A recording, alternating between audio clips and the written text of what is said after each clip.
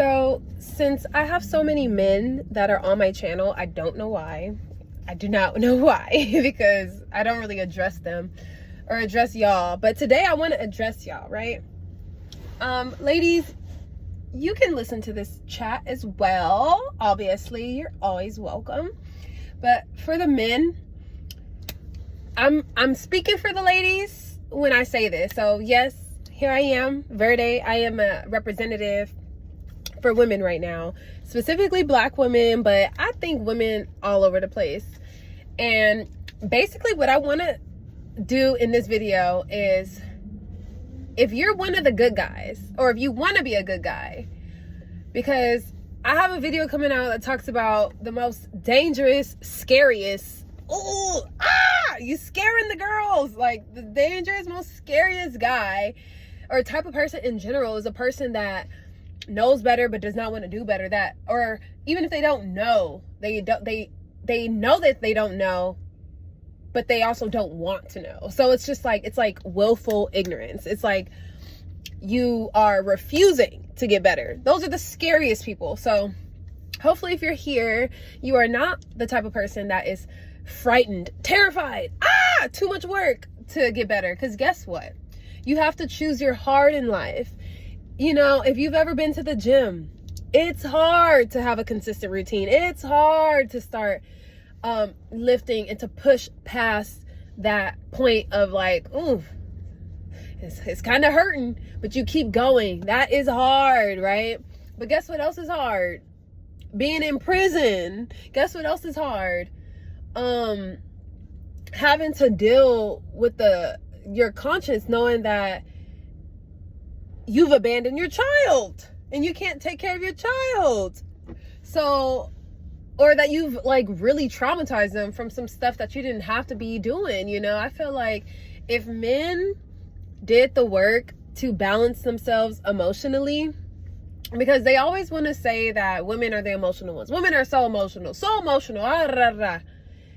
Okay, do men not have emotions? Because we can't lie, guys. We're literally at, well, I'm not going to say we. I ain't going to say we. But there's a war happening outside right now. Guess who's doing it? Do you think it's a bunch of girls with purple hair and curls and jewelry and pretty earrings fighting each other? Hell no. If we were out there, we would be like, oh girl, let me brush your hair. You got our brush, girl. Like we even if we're beefing.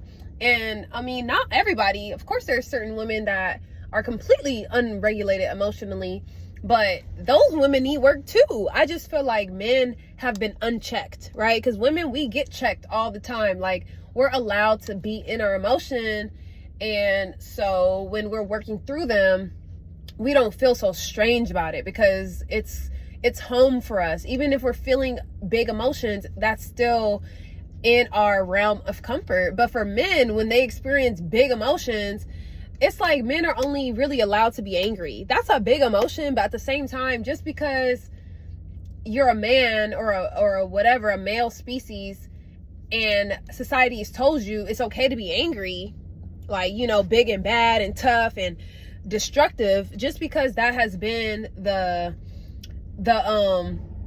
example and that has been okayed, that doesn't mean it's actually okay, because it's very destructive, you know? Like, you can't be like that around women and children. You just cannot. It's not right. It's really not right. And if you want to change, here are some tips. Here's some tips for you. Okay, so first of all, I want you to sit and think about your emotions and understand that not only do you experience anger, but you also sometimes experience sadness. You experience disappointment. You experience anxiety. You experience optimism and hopefulness. You experience feeling inspired. You experience emotions. You experience a wide range of emotions because you're human. You're human, right? So oftentimes with men, when they go to therapy, the therapist will give them an emotion wheel. I'll put it up so that you can see. This emotion wheel basically allows you to say exactly what it is you're experiencing and what you're feeling.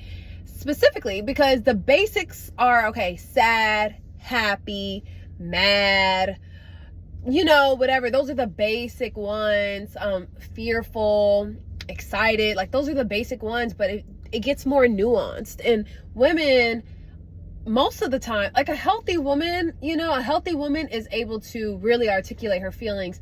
That comes with emotional maturity in general. But all I'm saying is that since women have been told that they are emotional, I feel like emotional work in general is often worked through by women more than it is by men, because when it comes to emotions at all, they're just told no bueno, no bueno. And so because of that, I think you have a higher quantity of, just percentage wise, you have more women that are emotionally mature than men. And I think if you're logical, I'm a pretty pragmatic person. I'm a pretty realistic person, okay? And I think you can't really deny that. I think you can't deny that is kind of the fact of it, that you have more emotionally mature women than men. Argue with me in the comments if you think that is incorrect, but I think that's a very fair statement to say, right?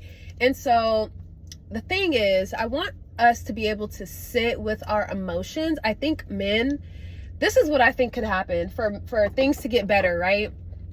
I think if men were able to sit in their emotions more, you know, like meditate more, journal, and just be in tune with how they feel in the present moment, and start to get into the habit of identifying it.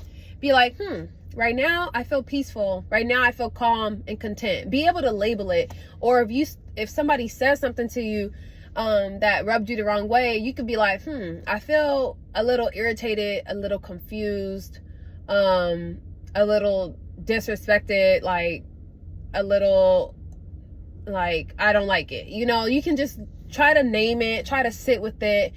And this can go as deep as we want it to go, but I'm not going to take it too deep, right? Because this is elementary, just baseline stuff. So first of all, get in tune with your emotions, be able to identify them, sit with them, right?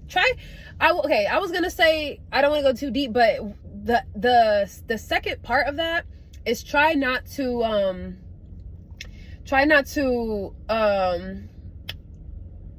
be too attached to the emotion, and try not to label it as bad or good, and try not to like judge it too much, and try not to don't try to judge it too much, and try not to be like,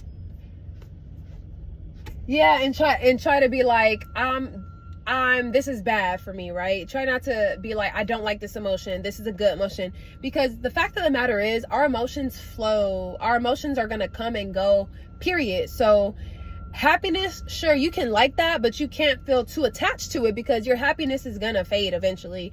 And when it does come to fade, the more attached you were to it, the more it's gonna hurt when you're not happy anymore. So it's best to kind of like see your emotions neutrally, because you're human. You can't escape your emotions. So there's just something to understand and look at objectively, not necessarily looking at it in a judgmental way or anything like that. And I think that's what we've done in the past. Like, we've judged it, you know. But anyway, that's one thing we can do. I think another thing that we can do as men, I'm saying another thing y'all can do another thing y'all can do is start to list out all the things that you're grateful for when it comes to women. Whew! This is powerful. If you can list out all the things that you're grateful about women, right? Your mom, your aunt, your female cousins, your female friends, your ex-lovers, everybody. If you can just if you can just name some things, right? That'll help you really understand and appreciate femininity, women, everything, right? Because let's face it, like, let me transform myself into a man real quick. All right, so what am I grateful for about women? I like their softness. They're like a soft landing place for me, and you know, I can kind of just breathe. I could breathe with them around. I could just exhale with them. I like how pretty they are. They so colorful and creative, and they add a lot of life. They bring me joy. They're like a rose garden, so with a bunch of colors and bees and butterflies. They have that energy, you know, like, you know. Basically, just really think about what you're grateful for, because there's a lot to be grateful for when it comes to our women, and that'll help you to kind of rewire all the propaganda that's been pushed to make y'all hate women. Because how can y'all hate us? Y'all don't actually hate us. Y'all hate femininity. And let me remind y'all, femininity was never something for black women. Femininity was made by white women who were jealous that after black people were free, we were kind of like, or even when we weren't free just yet, we kind of were like assistants. Like, we were assistants to the masters. And so we would be outside sometimes, and we would be going on errands, and we were kind of like nannies. So we had a little bit more like freedom in that sense. And we would also be around their husbands. And they just didn't like that, because they would look at us, obviously. They would look at how different and how unique we were. We're so different from white women, right? So we have something that their partner, their wives were never able to give them, right? We got that juice. We got that sauce, you know, and you can't deny that.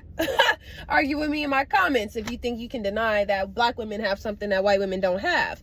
And I can, in the same breath, I can say white women have something that black women don't have. But all I gotta say is, a lot of black women, we still wouldn't trade places.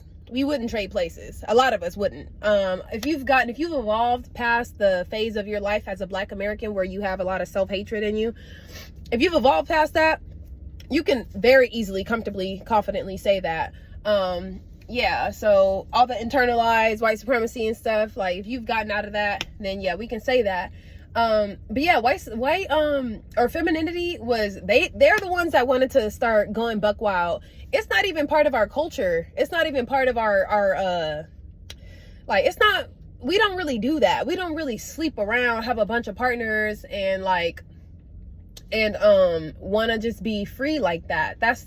And wanting to be super sexual like that. Like, that's not really how it was. And somehow that became the identity of femininity, and just being like naked, and just being like liberation. This is me. I can sleep with whoever, like that.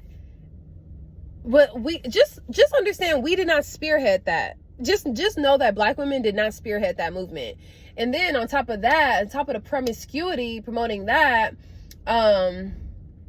they also wanted to be able to do everything their men wanted to do, because they were property too. Like, white men owned their white wives. They couldn't vote.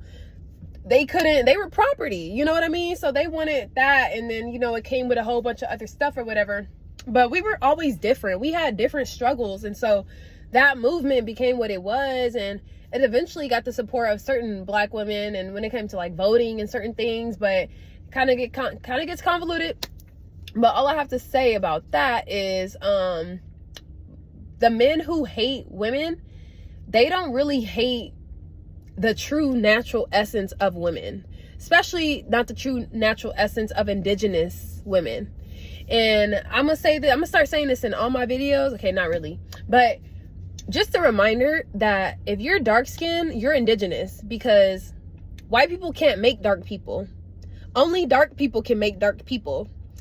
And so if you're dark skinned, you are in the lineage of all black people, right? Or you are in the lineage of indigenous native people, the first human beings to walk this earth. You are that. And so we are that. So just a quick note of empowerment for us. But what else is there that I want to talk about? What else can men do? So first, get in touch with your emotion, meditate, just sit still. Journal. Even though I kind of grouped in journal with emotions, journaling is going to be good just so that you can kind of see what's going on in your mind and just see what thoughts are in there, because we can pick and choose what thoughts we want to actually be inside of our head. Like, for example, I tell myself I'm beautiful. I tell myself I'm smart and very capable, and that success is inevitable for me, right? So those are 4 thoughts that run through my mind a lot, and I don't mind it. I'm just like, oh yeah, I'm very neutral about it, right? I'm working on being very neutral about it, but those are thoughts that I allow to live in me. If there's any other negative thoughts that are negative towards whomever, it's got to go. It's got to go. It's got to go. So go ahead and write down all your thoughts. You know, when you first wake up in the morning, when you go to bed, just start writing your thoughts down and just see